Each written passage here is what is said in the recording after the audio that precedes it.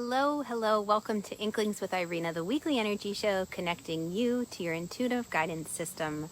Hello, I'm so glad that you are all here with me today because I want to talk about what to do when you have a rough week or a rough day. How can you make it better? This has been coming up a lot this week for many of my clients. They're definitely feeling things are weird, things are off, and they're exhausted. They don't know what's going on. It's like, what is happening in the universe? Everywhere I turn, I'm getting this feedback from them as well as from my friends and family members. And yes, there are some times when things are just generally rougher and tougher for the collective, for all of us. And you know what? There is a reasoning behind that. And I want to talk about that a little bit today, but more specifically, I want to offer you the tools that you can use in this moment right now to make it better. Because, you know, as nice as it would be to have everything rainbows, candies, and lollipops 24/7, I would get a little boring as well. These moments of discomfort, of weirdness, of friction are here to help create shift and growth.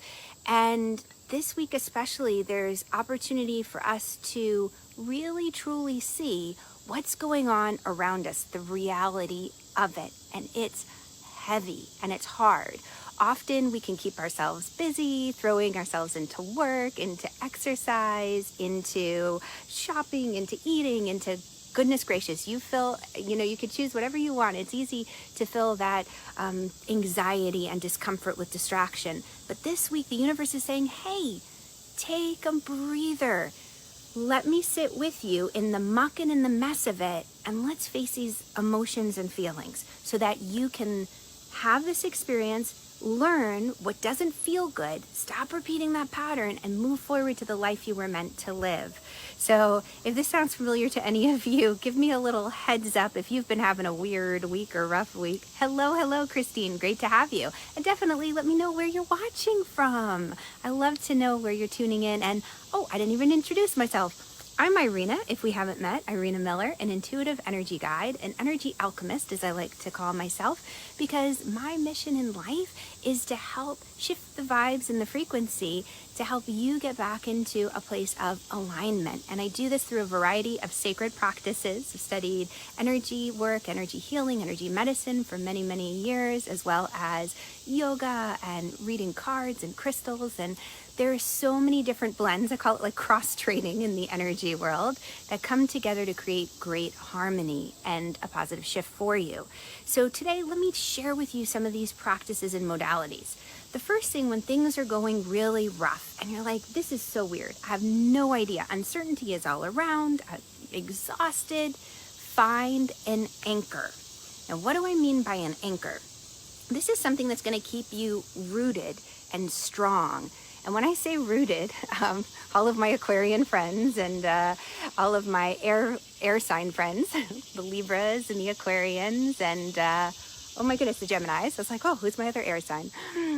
You know, when we think about rooting into the earth, we want to run for the hills. It's tough. So it's not that we always have to root into the ground, but something that keeps us present and focused and able to face our fears or face the big emotions.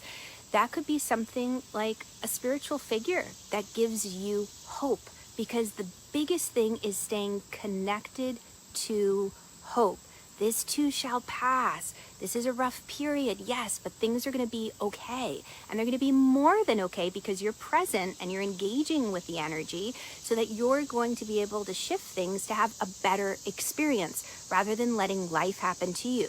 So an anchor could be something like just touching a tree to ground, or getting to the seaside and placing your feet in the ocean, or having that spiritual figure like an ascended master or a saint. I love wearing my Blessed Mother because it's a reminder to me, a reminder that there's someone out there who knows what it's like to be a mother and a woman here on earth, who wants to take care of her family during uncertain times and do the best, make the best choices, like with school and with friends, as we navigate these new territories, these new waters.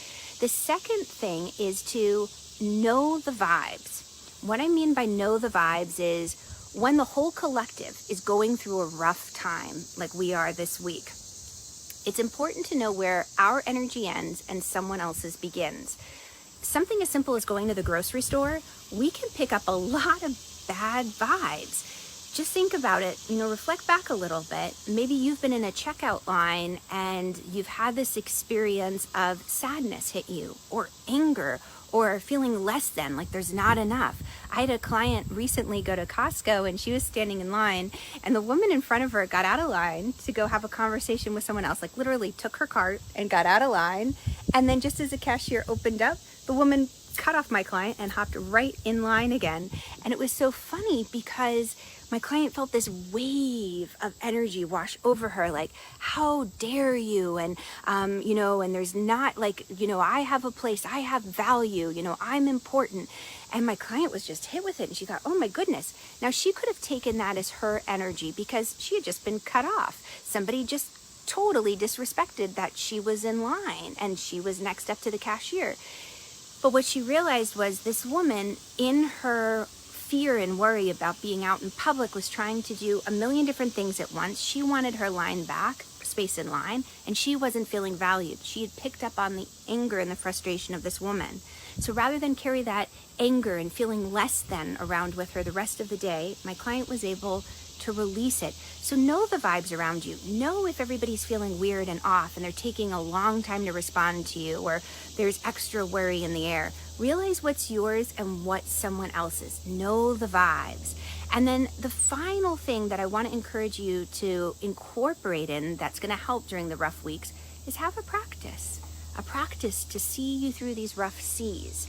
And sacred practices, what I love to do, the energy alchemist side of me, is I love creating recipes of these different sacred practices to meet you where you are in this moment. And one really big one that keeps coming up over and over with my clients is having a practice that really shifts your frequency, your vibration. And I love mantras for that. Mantras, especially when it's said in the Sanskrit language. So there's a difference between mantras and affirmations. Affirmations we tend to say in our own native tongue, like I am happy, I am healthy, I am whole, I am at peace. Mantras said in Sanskrit language is a language based on vibration and sound, and it's just like doing yoga for your energy body. It shifts that energy and it uplifts you in a way that you couldn't even believe. It's so strong. And I come to this naturally. Hello, Anna, great to have you. Hello, Renee. I come to this naturally because I was born into Catholicism. I say it that way. My parents were Catholic as I was born and baptized, and the rosary was a very big part of my life. I remember being cuddled with my cousins at sleepovers, and before bed at night we'd be saying the rosary. Comes to my connection to the Blessed Mother, and she's back there watching over too.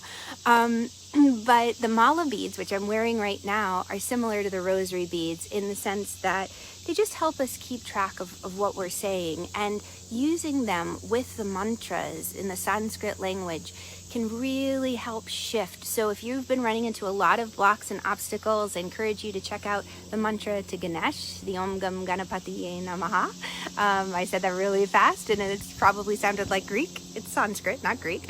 But these bring such peace and it's amazing. So if you are looking to expand on these spiritual practices, definitely click the link. Hello, Liz. Great to have you live. Just a quick recap too, to remind you the 3 things that you can do to help you really get through the rough week, to make it better, is find that anchor, that thing that connects you to hope. Then the next thing, know your vibes. Know the vibes around you. Do they belong to you or something else? And then finally, connect to a sacred or a spiritual practice to shift your vibration, to get to that higher frequency level. And the mala beads have been a great thing for myself this week, along with the mantras. So mala and mantras, I highly suggest you check them out. If you want to know more about that, then click the link. Come over, play with me. This is my passion and my joy. Thank you for joining me live. I love these Wednesdays with you. Every Wednesday at noon, I'm right here with you guys, and I will catch you next week. Lots of love. Mwah. Bye, guys.